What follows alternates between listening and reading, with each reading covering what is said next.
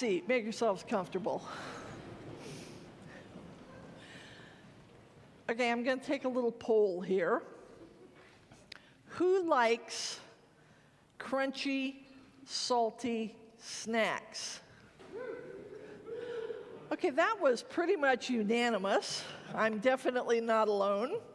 Now, one of my favorite snacks, and I'm confessing to a seriously unhealthy vice here, is barbecue Ruffles potato chips with blue cheese dip. Now, yeah. Unfortunately, these are regular Ruffles. For some reason, the barbecue Ruffles have become hard to find. If you see any, bring them in, I'll pay you for them. But it's like the perfect snack. Salty, crunchy, creamy, cheesy. Aren't those all the necessary food groups? I do try to get my minimum daily requirement of blue cheese and salt. And, potatoes are a vegetable, right? Right, so it's practically health food. Don't lie in the pulpit, Deana. You knew it's not healthy, right? Okay, speaking of minimum daily requirements, according to Canada's Food Guide, which is put out by Health Canada, it's recommended that people consume no more than 2,300 milligrams of salt every day. Oh dear. For every 22 chips in this bag, that's 250 milligrams. So if I eat the whole bag, which I don't usually do in one sitting. Anyhow, too much salt can lead to health problems like hypertension, but we actually do need some salt. And most folks can do with 1,500 milligrams or less per day, depending on various factors.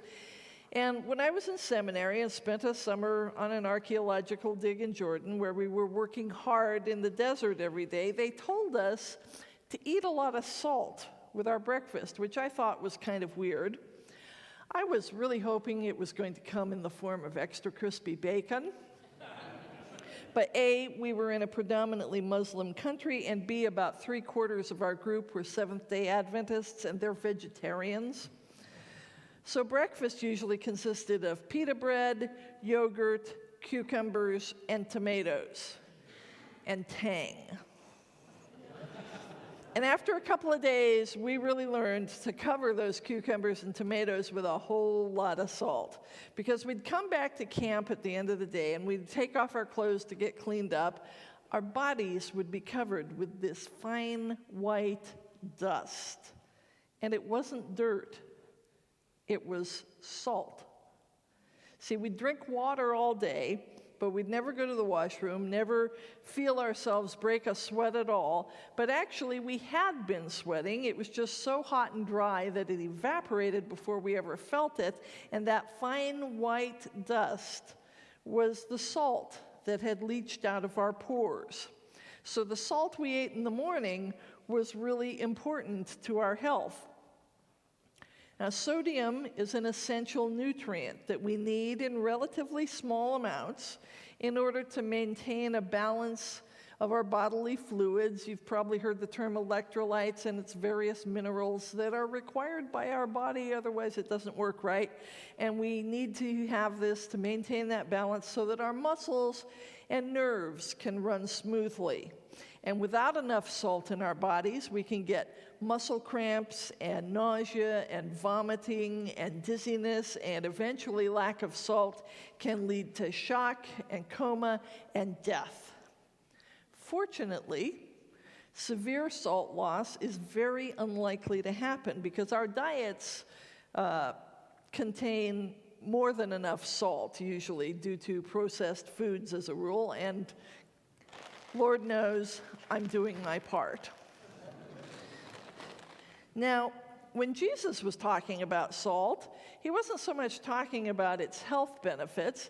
He was talking about its use as a flavoring and as a preservative.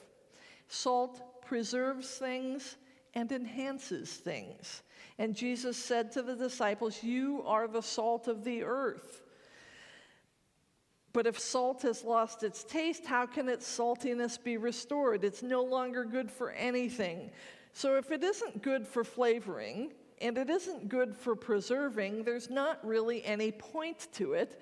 As my grandmother would say, usually about her brothers, neither use nor ornament.